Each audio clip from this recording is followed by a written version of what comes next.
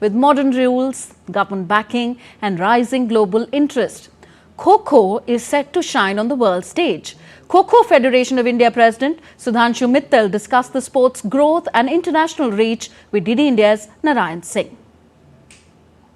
Kho-Kho is the talk of the town right now, and to put more light on this, the president of the Kho-Kho Federation of India, Sudhanshu Mittal ji, is joining us. Sir, a wonderful initiative and the way things have been started in such a mass level.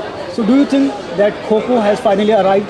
Yes, not only is it arrived, it is now a shining star.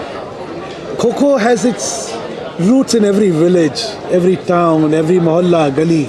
Because it was a mass sport, it required no money, it required no infrastructure. It had gone into the oblivion because it was deemed to be non-glamorous. Today, Kho-Kho has regained its lost glory. The word case will showcase it to the world that it is a most fascinating game. It has got speed, stamina, agility, reflexes, strategy. You name it and it's there. Kho-Kho, for a spectator, is an extremely entertaining game. And that is the reason why Kho-Kho will be popular not only in India but all over the globe. Today we are present in 55 countries. By the end of the year, we'll be in 90 countries. That's the kind of traction Kho-Kho has today.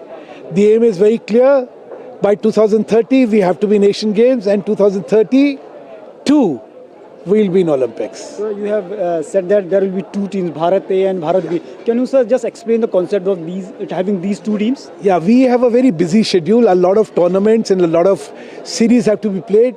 So that is the reason why it was thought fit that we should have two teams so that they can both play, and some very weak teams may not require the top team to go. So we'll have a Bharat A and Bharat B.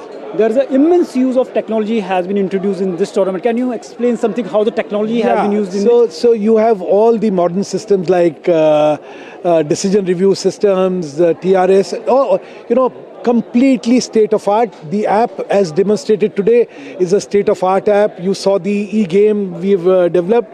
So we made it a paperless operation. So these are things which for any World Cup is a dream, and we've achieved it. So you can see here, Kho-Kho is not a ruler game now, it's a high-tech game. The way technology has been introduced, definitely it will put Kho-Kho on the world map.